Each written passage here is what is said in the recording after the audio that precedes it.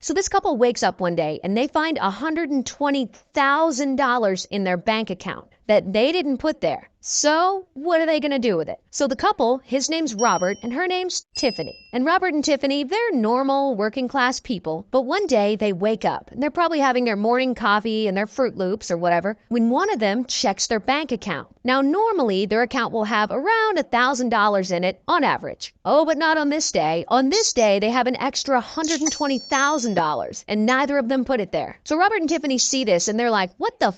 And I'm sure they're like refreshing the app to see if this is an error, but this six-figure number doesn't go away. So Robert and Tiffany look at each other and they're like, well, what do? We call the bank? Do we call the police? I mean, whose fault is this? I mean, they didn't steal the money. It just appeared there. Now, they could go report this, I guess, but that's not what Robert and Tiffany do. Instead, they decide they're gonna spend it. So Robert and Tiffany, they get started right away. Start off kind of small. They're paying off some bills they owe money on, trying to relieve some of that debt that's been building up, and the transactions work. Like there's no issues, there's no errors, the money spends just like any other money would spend. So now their bills are paid, and that's great and all, but they still have a ton of money left. And that can only mean one thing. It's time to go shopping. Rich people shit.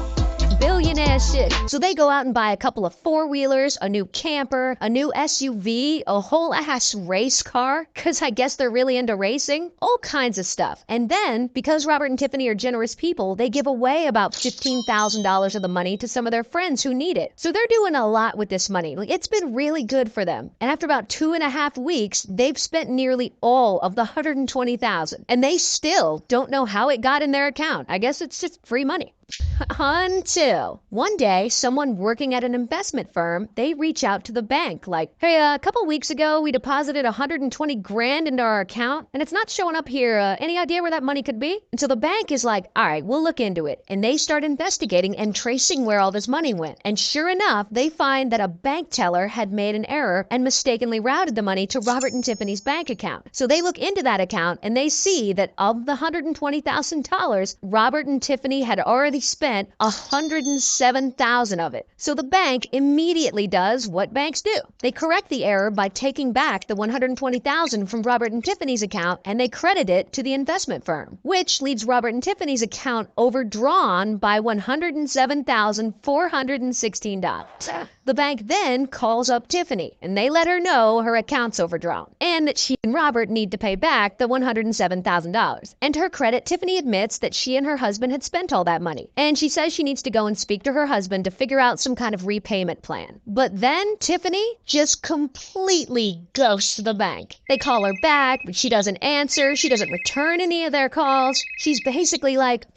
you. No, instead, Robert and Tiffany just kind of fall off the radar. I guess they hope this problem will just go away on its own, which is funny to me, but unfortunately for them, the bank doesn't find it very funny. And after a while of not being able to get a hold of them, the bank calls the police. So then police track Robert and Tiffany down and they arrest them. Now, I couldn't find their mugshots, but here's what they look like in real life. And they're charged with multiple felonies like theft and receiving stolen property, and they face up to 10 years in prison for this. But they both take a plea deal and they both get 7 years probation and they have to pay the money back. If it were me, I would have spent that shit too. And all this happened in Pennsylvania, so shout out to Pennsylvania.